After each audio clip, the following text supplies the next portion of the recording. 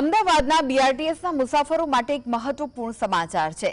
લાંબા સમયથી બંધ પડેલી નવા જનમિત્ર કાર્ડ આપવાની કામગીરી અંગે બીઆરટીએસ તંત્ર દ્વારા એક મોટો નિર્ણય લેવામાં આવ્યો। હવે જનમિત્ર કાર્ડની કામગીરી બંધ કરી દેવાઈ છે, તેના બદલે પાસ ઇસ્યુ કરવામાં આવશે।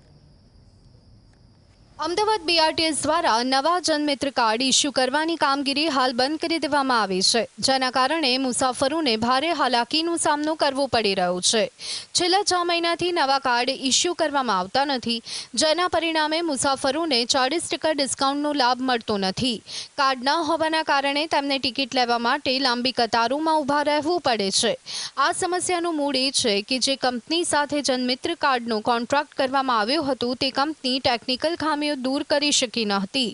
કાર્ડ ધારકોને પડતી મુશ્કેલીઓને ધ્યાનમાં રાખી 6 મહિના પહેલા આ કંપની સાથેનો કોન્ટ્રાક્ટ બંધ કરી દેવામાં આવ્યો છે। હાલ માત્ર જૂના કાર્ડ જ રિચાર્જ કરી શકાય છે। हाँ पहला कार्ड હતો એટલે ત્યારે સ્ટુડન્ટ કાર્ડ હતું જેમ કે 40% ડિસ્કાઉન્ટ મળતું ત્યારે સારું હતું જેમ કે 20 રૂપિયાની જગ્યાએ 4 રૂપિયામાં મળતી બટ હવે તો શું લાઈનમાં ઊભું રહેવું પડે એટલે લેટ પણ થાય માણસને। પહેલાં સુવિધા બરાબર હતી, 40% ડિસ્કાઉન્ટ મળતું એમાં મુસાફરી 30 રૂપિયાની જગ્યાએ 20 રૂપિયામાં થતી હતી, પણ હવે 30 રૂપિયા દેવા પડે છે પાછા, એટલે થોડીક સ્ટુડન્ટ થઈ એટલે થોડીક મુશ્કેલી પડે। જો કે આ સમસ્યાના નિરાકરણ માટે બીઆરટીએસ તંત્ર દ્વારા એક નવો વિકલ્પ લાવવામાં આવી રહ્યો છે। સૂત્રોના જણાવ્યા પ્રમાણે જનમિત્ર કાર્ડને બદલે હવે સ્માર્ટ પાસ ઇસ્યુ કરવામાં આવશે। આ પાસ ટૂંક સમયમાં ઉપલબ્ધ કરાવવામાં આવશે। આ નવા ઇસ્યુ થનારા પાસમાં જનમિત્ર કાર્ડના તમામ લાભ મળશે, જેનાથી મુસાફરોને ટિકિટ લેવાની ઝંઝટમાંથી મુક્તિ મળશે।